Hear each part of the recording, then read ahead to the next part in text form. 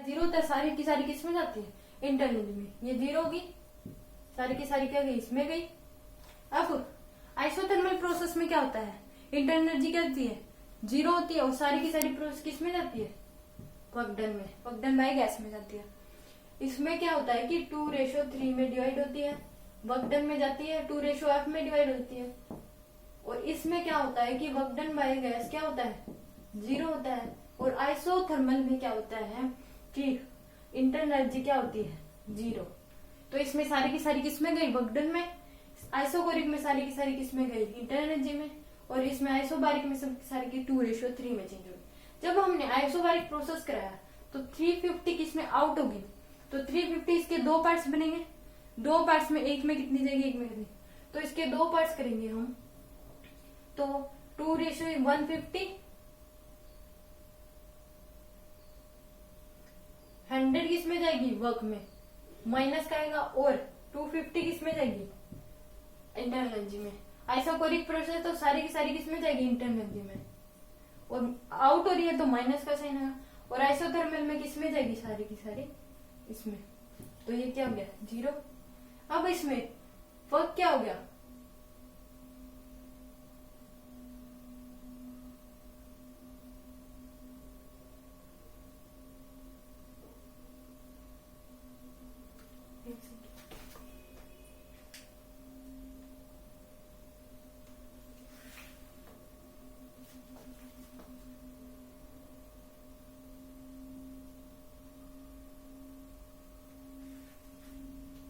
तो इसमें क्या हो गया, वर्क डन क्या हो गया हमारे पास, ये जीरो।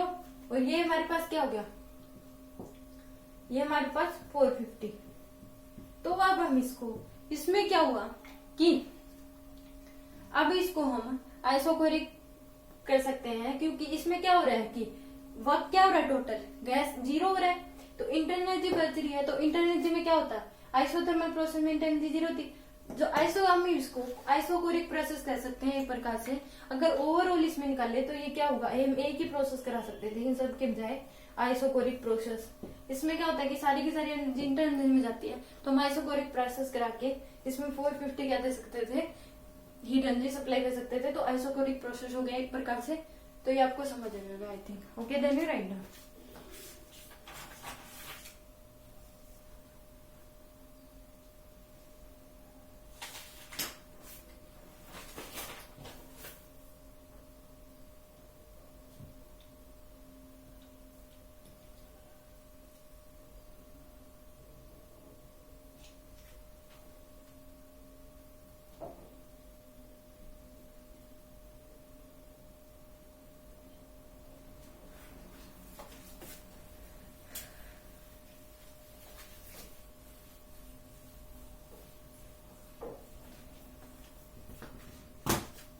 हमने क्या लिया, मोनोएटॉमिक ले लिया।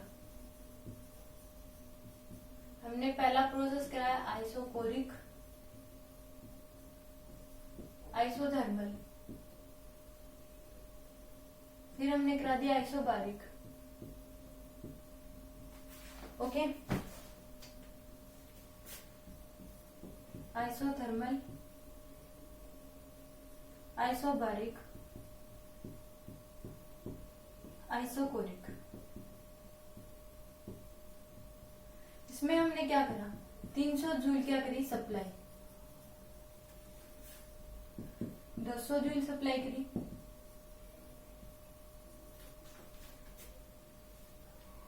इसमें भी 200 जूल क्या करी सप्लाई।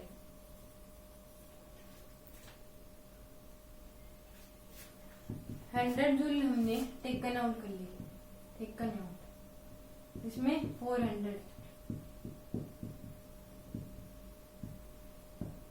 इसमें 100 जूल। अब हमें देखना है कि पीछे वाली प्रोसेस में 2:5 में जाती है, क्योंकि डायटोमिक है ना। ओके, सॉरी मैंने गलती से लिख दिया था, तो डायटोमिक लिया था तो 2:5 में जाती। सो तो डायटोमिक के हिसाब से करा था। इसमें क्या होगा कि isochoric work done by gas और इंटरनल एनर्जी निकलते हैं। आइसोकोरिक प्रोसेस तो सारी की सारी किस में जाती है, सारी की सारी जाती है हमारे पास इसमें इंटरनल एनर्जी में, तो वर्क डन बाय गैस क्या देगा 0। तो ये क्या होगी हमारे पास 300। आइसोथर्मल प्रोसेस में क्या जाती है, सारी की सारी वर्क में जाती है। ओके, और इसमें बटेगी हमारे पास 2:3 में। जब ये होगा तो हमारे पास क्या होगा 2 ऑफ होगा तो 2:3, तो 200 जा रही है। तो 200 में अगर इसके हम 30 पार्ट करेंगे तो 80 किस में जाएगी, वर्कडन में, इसमें कितनी जाएगी 120। ओके, आइसोथर्मल में क्या होगी, टेकन आउट करिए तो सारी की सारी किस में जाती है, आइसोथर्मल में सारी की सारी वर्क में जाती है, तो -100 इसमें 0। और आइसोबारिक में 2 पार्ट्स में डिवाइड होगी, तो 2 पार्ट्स में हम डिवाइड करेंगे तो इसको 2:3 में जाएगी।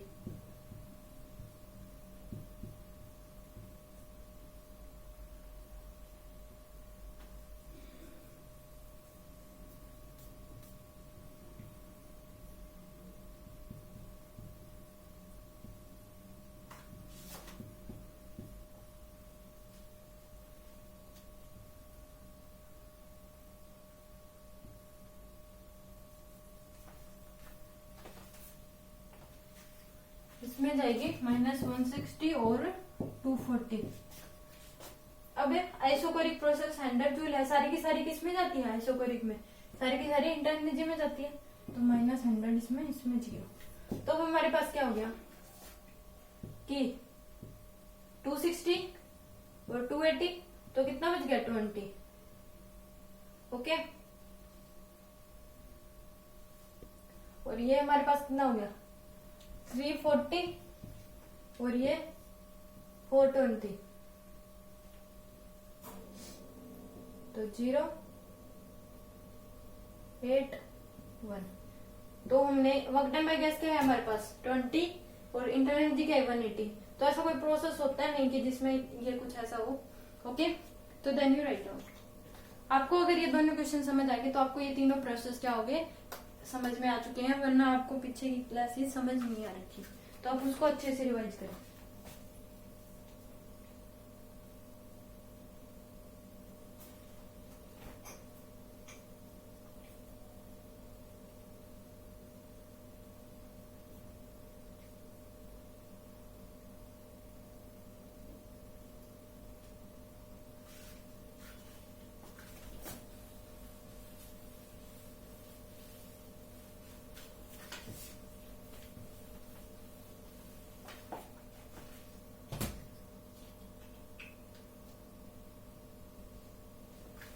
अब हम देखते हैं isochoric, isobaric, isobaric, isochoric. Monoatomic हमने लिया। ओके, अब की बार क्या करा कि इंटरनल एनर्जी दे दी,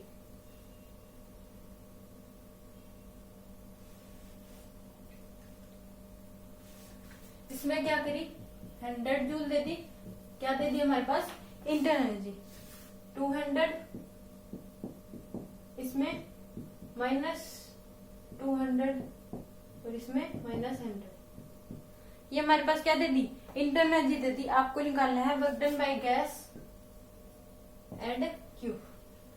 ओके, तो इस केस में क्या होगा, आइसोकोरिक प्रोसेस है, इस केस में क्या होगा कि वर्क डन बाय गैस तो क्या होता है 0, सारी की सारी किस में जाएगी हमारे पास इसमें जाएगी, तो 100 पॉजिटिव आएगा क्योंकि हमने सप्लाई की है, तो वर्क क्या होगा पॉजिटिव होगा वर्क डन।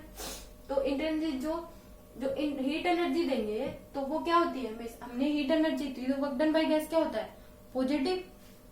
तो ये हमारे पास क्या आया पॉजिटिव में, क्योंकि सप्लाई हो रही है तो वर्क क्या होगा पॉजिटिव होगा। जब आइसोबारिक प्रोसेस हुआ तो अब आइसोबारिक प्रोसेस में तो क्या होती है 2 हिस्सों में टूटती है। मान लीजिए 3 जूल का फर्क करा, तो उसमें 3 जूल की हमने मान लो हीट एनर्जी बढ़ती है।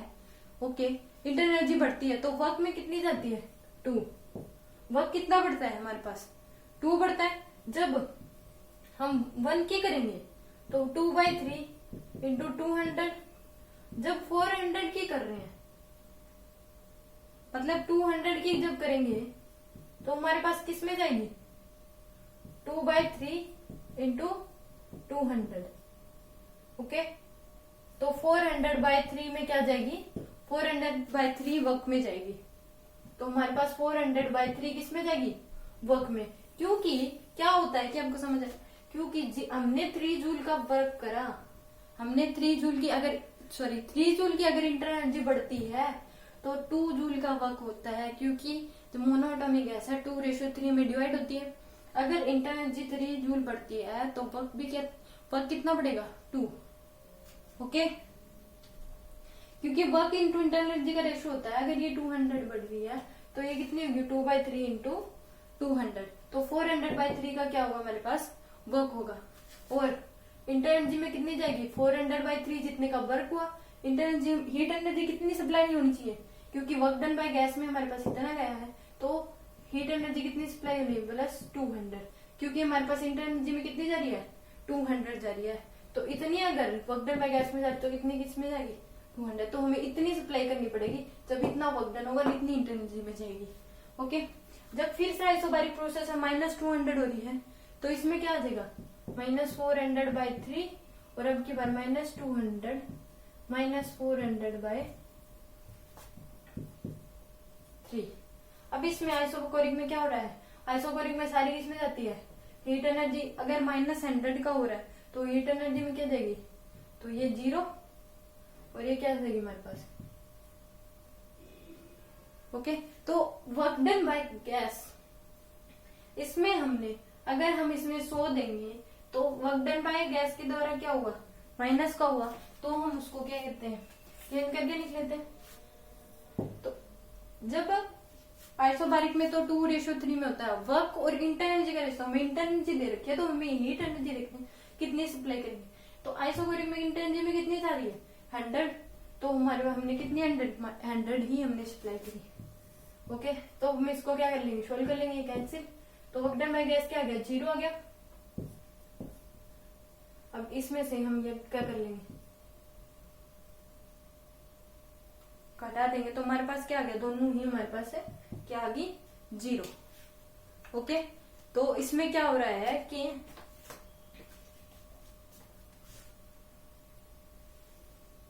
ओके, ये आपको समझ आ गया। अब हमारे पास क्या रह गया, एडियाबैटिक प्रोसेस हो गया। इसमें हीट एनर्जी भी, वर्क डन बाय गैस भी 0 आ रहा है, हीट एनर्जी भी 0 है, तो हमने क्या, मोनोएटॉमिक गैस में। Okay, then write down.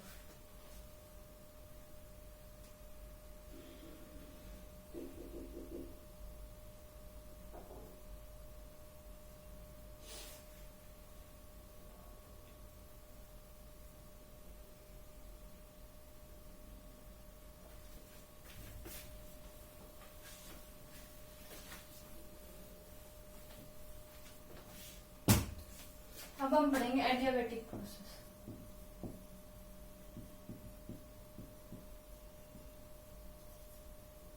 Adiabatic की डेफिनेशन क्या होती है, सबसे पहले हम देखें तो नो इंटरेक्शन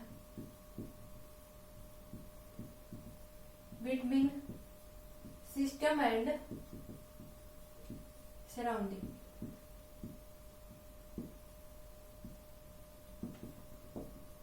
इसमें क्या है, ये हमने सिलेंडर ले लिया,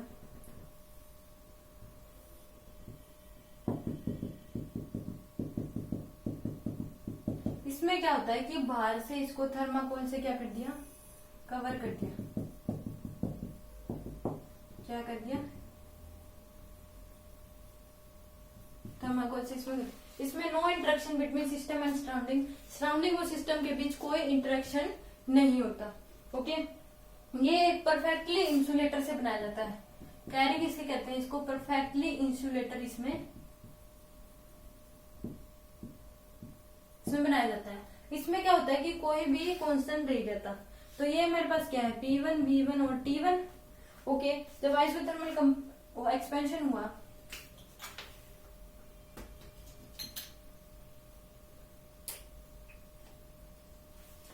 तो आइसोथर्मल एक्सपेंशन हुआ तो ये हमारे पास क्या आ गया, यहाँ पे आ गया। तो ये हमारे पास क्या आ गया, P2, V2 और T2। इसमें क्या होता है कि V2 ज्यादा होता है V1 से, P1 ज्यादा होता है P2 से और T1 ज्यादा होता है T2 से। इसमें वॉल्यूम तो क्या होगा, बढ़ेगा, और प्रेशर क्या होता है, पहले का ज्यादा होता है, क्योंकि वॉल्यूम बढ़ गया तो प्रेशर की क्या हो गई, कम हो गया, और टेम्परेचर क्या हो गया, पहले वाला ज्यादा था, अगर वॉल्यूम बढ़ता है टेम्परेचर भी क्या हो जाएगा इसमें कम हो जाएगा। ओके, और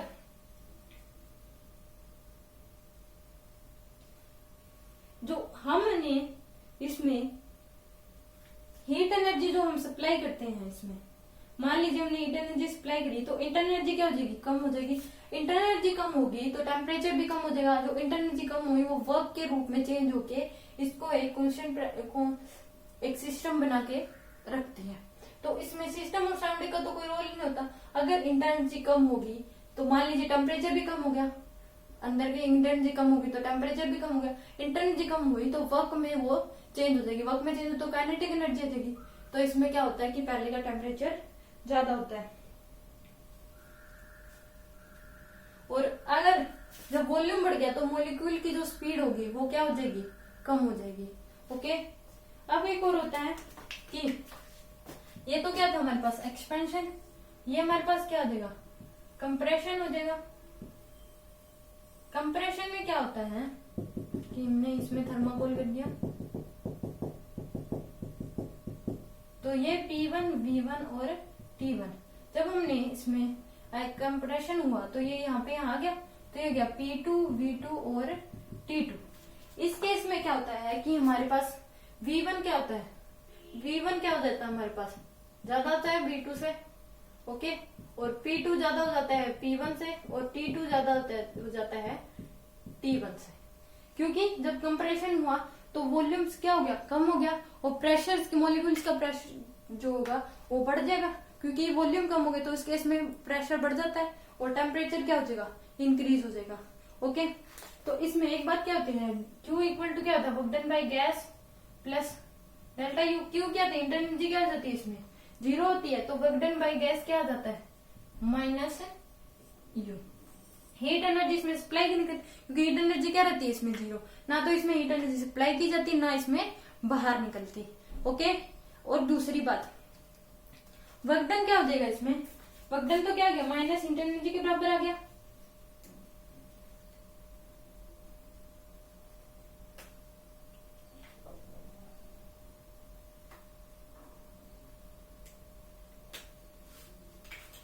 एक हमारे पास वर्क डन बाय गैस होता है इंटरनल, तो N R delta T 1 minus gamma. Gamma minus 1 इसको तब लिखते हैं जब U initial minus U final करते हैं, तो N R delta T N R T final minus T initial divide by में 1 माइनस गामा। और ये पॉइजन लॉ फॉलो करता है, क्या फॉलो करता है, पॉइंट्स लॉ।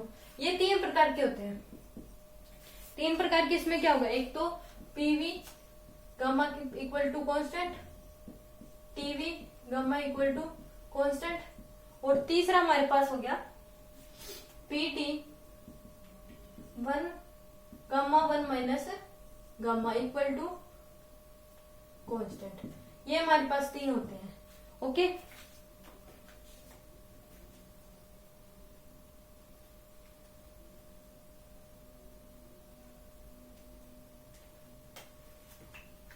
ये हमारे पास कैसे आया, क्योंकि आइसोथर्मल और आइसो जो एडियाबेटिक होता है, आइसोथर्मल और एडियाबेटिक में क्या होता है कि पावर देखी जाती है उसकी कि वो कितनी होगी।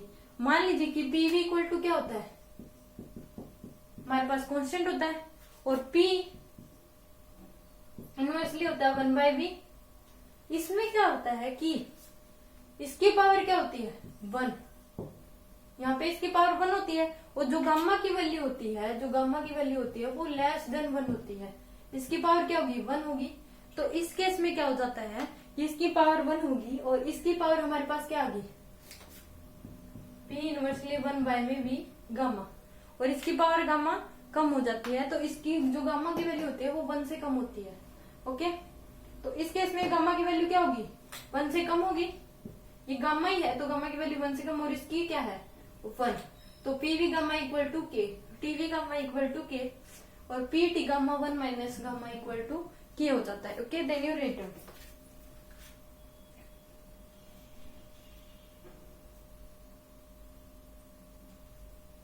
और इसमें क्या होता है कि पीवी इक्वल टू क्या होता है, N R T, P V equal to N R T हो जाएगा। और गामा की वैल्यू 1 से कम होती है, 1 से बड़ी होती है, तो इस केस में 1 है और इस केस में क्या है, गामा। तो P V gamma equal to के।